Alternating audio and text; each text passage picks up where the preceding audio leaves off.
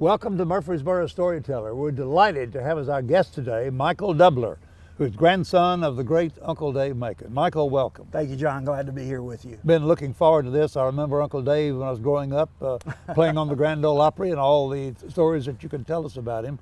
It must be wonderful to be able to continue to portray that heritage. Yes, it is, for our family and for Middle Tennessee and really for all of the country music world. I can imagine. And it was my pleasure over the last few years to write the biography of Uncle Dave Macon, which just came out. Dixie Dewdrop, it's called. Oh, yeah. And that is going to promote the legacy and life of Uncle Dave Macon. And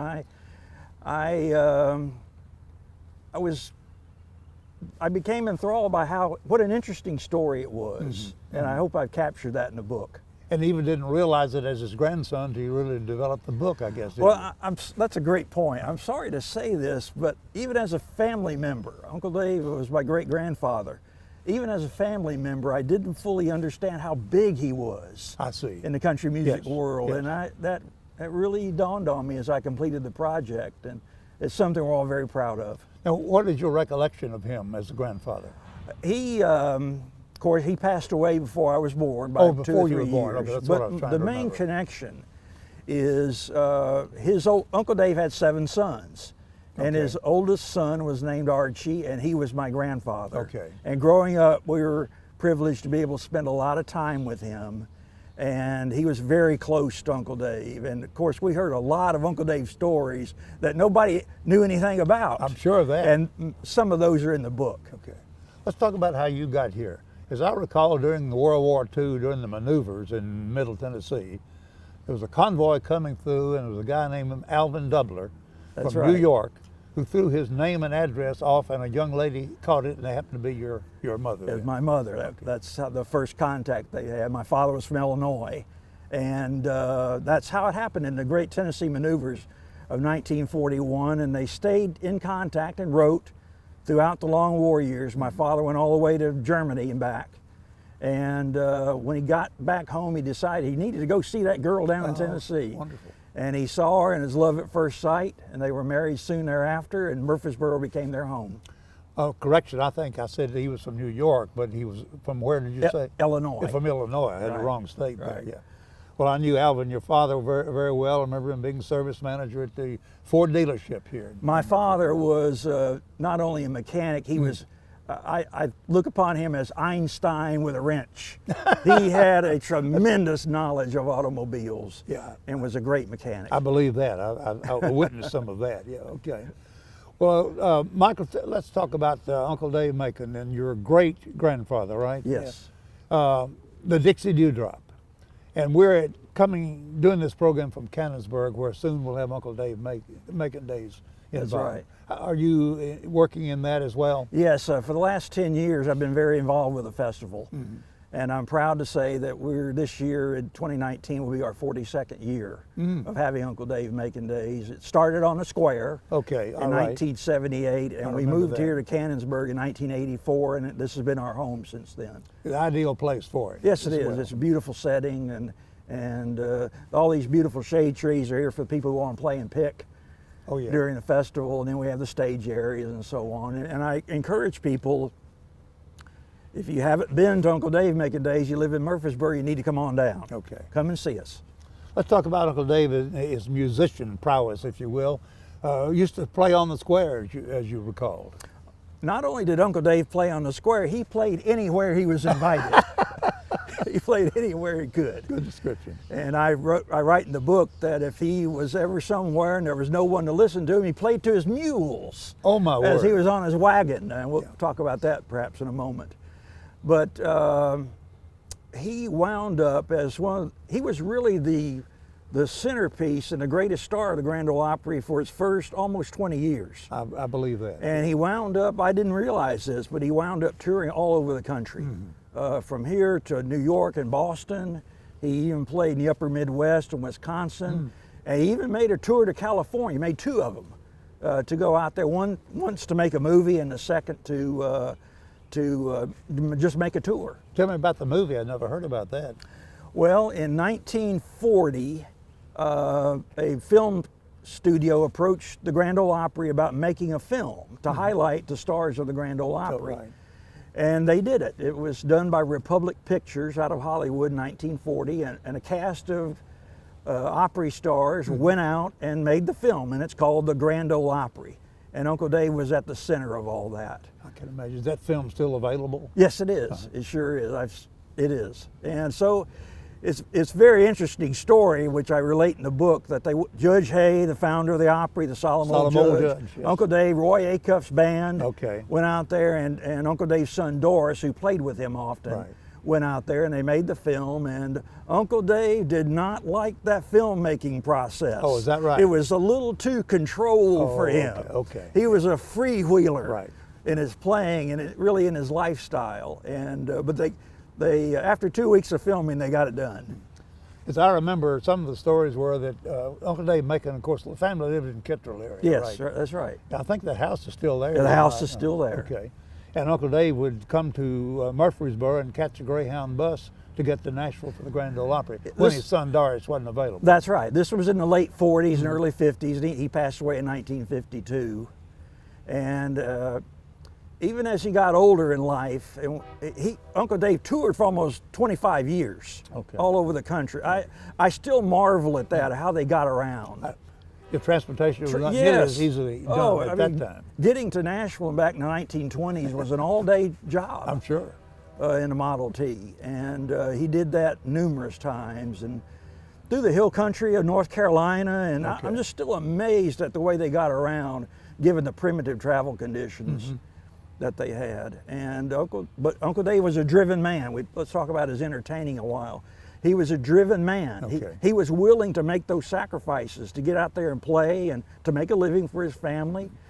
And he just loved to perform and share his music with everyone. That's really one of his main characteristics. Tell me more about this book that you've written. Is it out yet? Yes, it came out in September of 2018. Okay. And it's called Dixie Dewdrop, the Uncle Dave Macon story. And it's published by the University of Illinois Press. Oh, yeah, okay. And it's been very well received. It's been reviewed in several places, and people really seem to like it. You mentioned he died in what year? Uncle Dave died in March of 1952. Let me see if I recall this correctly. I was working for WGNS at the time, and his funeral was at the First Methodist Church. That's correct. Regularly on Sundays, we broadcast the services of the First Methodist Church on the radio. Right. They had such a crowd that day, they couldn't get them all in the church. So we broadcast the funeral, and they put radios outside so that people couldn't get in, could hear the funeral. Well, I believe that, and I'm so glad to hear that story, because over 5,000 people showed up. I knew, and the funeral procession stretched all the way from Murfreesboro to the Coleman Cemetery, which is 5 miles, and it was covered on both sides all the way out by admirers. But John, the point I want to make about that is people weren't mourning that day. They were laughing and having a good time. They were respectful, but everybody had an Uncle Dave Macon story. I'll bet. And it put a smile on their face, and that's one of the characteristics of Uncle Dave's significance in his career. And I didn't realize this, but Uncle Dave's, the highlight of his career was during the Great Depression and World War II. Yes. Very difficult times for our country. Yes. And for a dime or a quarter, you could go to an Uncle Dave Macon show, and for an hour, you could forget about the hard times and have a good time. And it lifted people's spirits. And I believe that had a lot to do with his popularity. I really do. Tell me about the mule. You mentioned that earlier. Well, Uncle Dave, one of the unique characteristics of his life and career is that he did not be, as Minnie Pearl said, he didn't have his big break till he was 50. So what did he do before that? He studied music, he played, and he learned about music. I was going to ask you, what kind of instruction had he had? He, believe it or not, the first instrument he played as a young boy was the guitar. Oh, okay.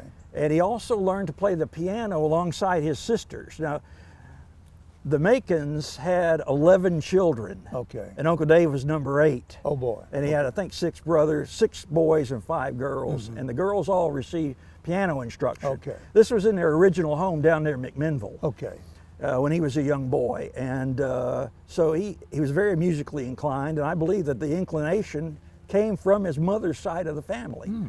Their name was Ramsey. And so Uncle Dave, that was the formal instruction he had, which was minimal. But the family moved to Nashville in 1883 when Uncle Dave was 13. Okay.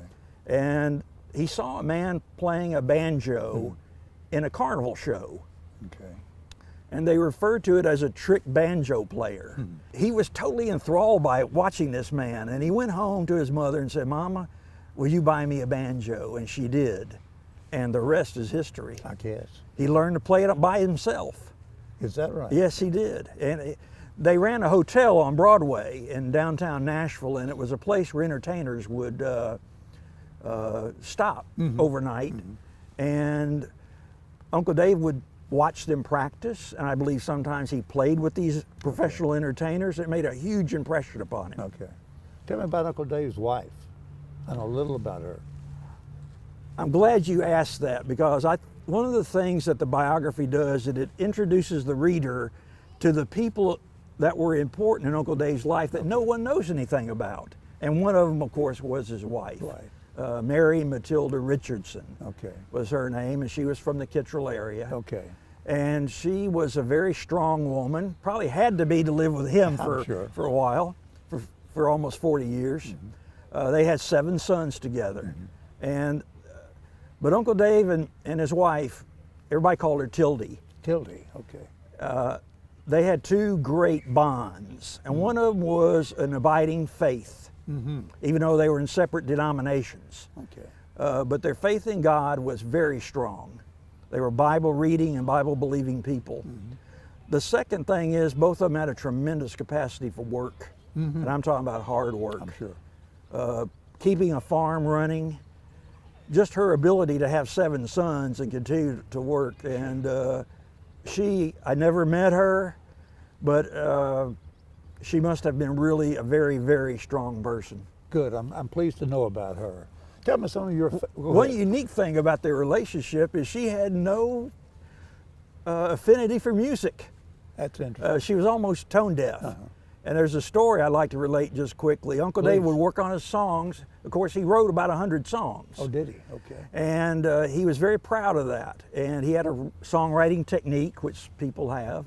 And he came in, and Miss Tildy was in the kitchen ironing clothes.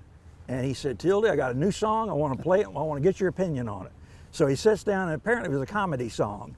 And he plays it. And he got done. He said, "Tildy, what did you think of that?" She's ironing.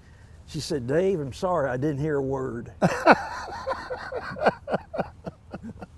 So, oh, me. yes, and in some ways in his music career, Uncle Dave was a man alone.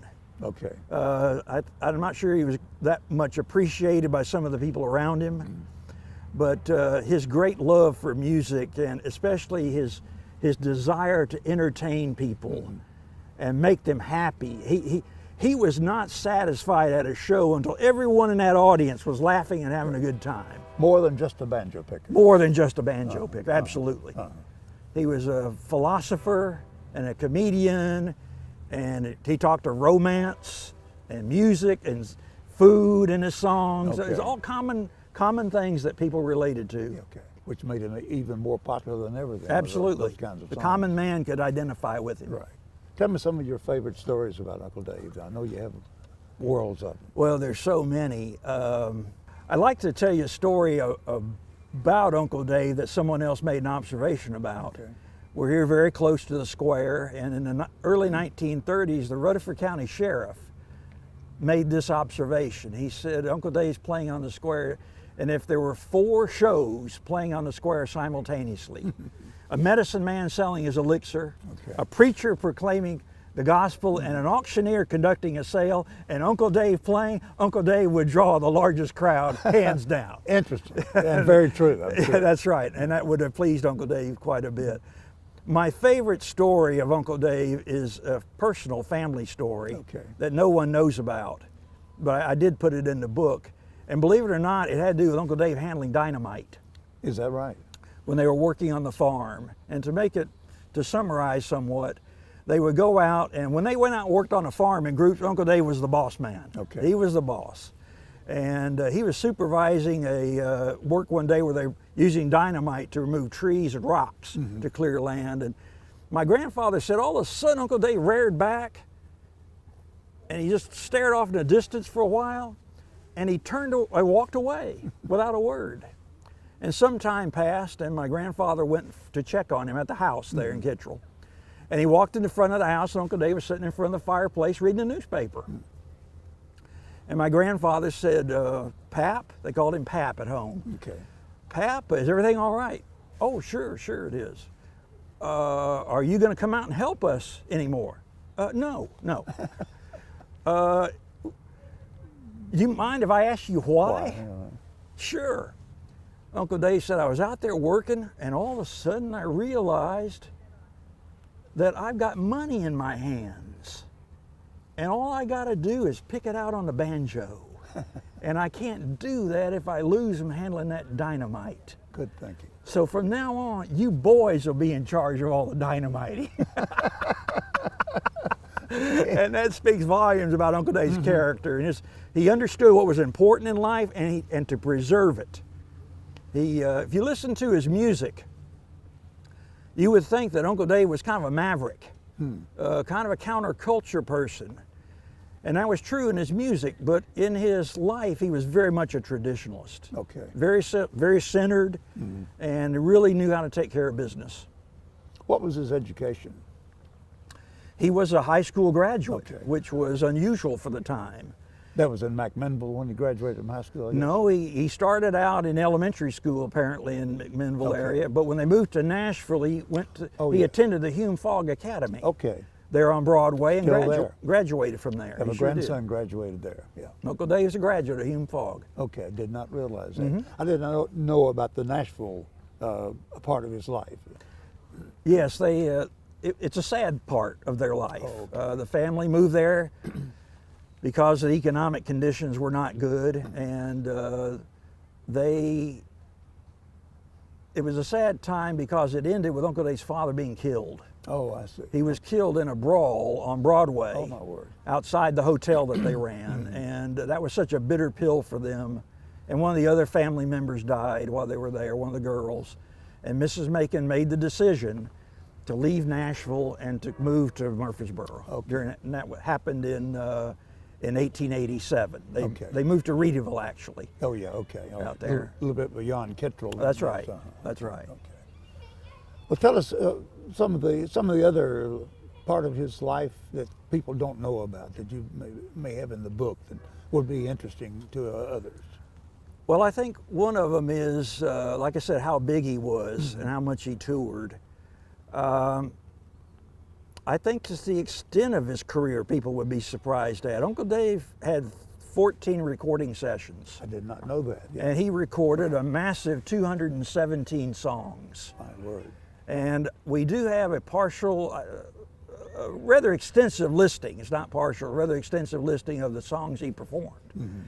And we believe he only recorded about half of them. Okay. So he knew over 400 songs by heart, and 100 of those were songs that he had written. And I don't think people are aware of that. I said that Uncle Dave's music uplifted people. I still hear that today. You come here to the festival, I talk to pickers and aspiring musicians, and almost all of them say the same thing, that Uncle Dave's music lifts them up, even when they're down a little with life circumstances. It not only entertains them, but it inspires them. One thing people may not know about Uncle Dave is he was the headliner, the head star of the first Summer Country Music Festival. Is that right? In 1934. It was held in Kentucky, and he was the star. The Grand Ole Opry drove stars up there. It was organized by a local man in Bacchusburg, Kentucky in 1934, and I have a poster of that event, which is amazing. And the picture of Uncle Dave is on it from the Opry, and I love the byline at the bottom is starring Uncle Dave Macon, the funniest man in the world. Hey, he was most entertaining. He wasn't just a singer and a picker, but that's he right. was an entertainer, wasn't he? John, another thing people don't know about Uncle Dave is he was a leader. He was looked up to in the music community. I had the great fortune to interview Mac Wiseman, Yes. the great entertainer. And he said it best. He said, we all considered Uncle Dave music royalty. Everyone deferred to him. The next generation of entertainers that came up, Roy Acuff, Bill Monroe, and others, Ernest Tubb, were very respectful and got along with Uncle Dave. And you mentioned Uncle Dave's funeral. Look at the list of pallbearers that Uncle Dave had.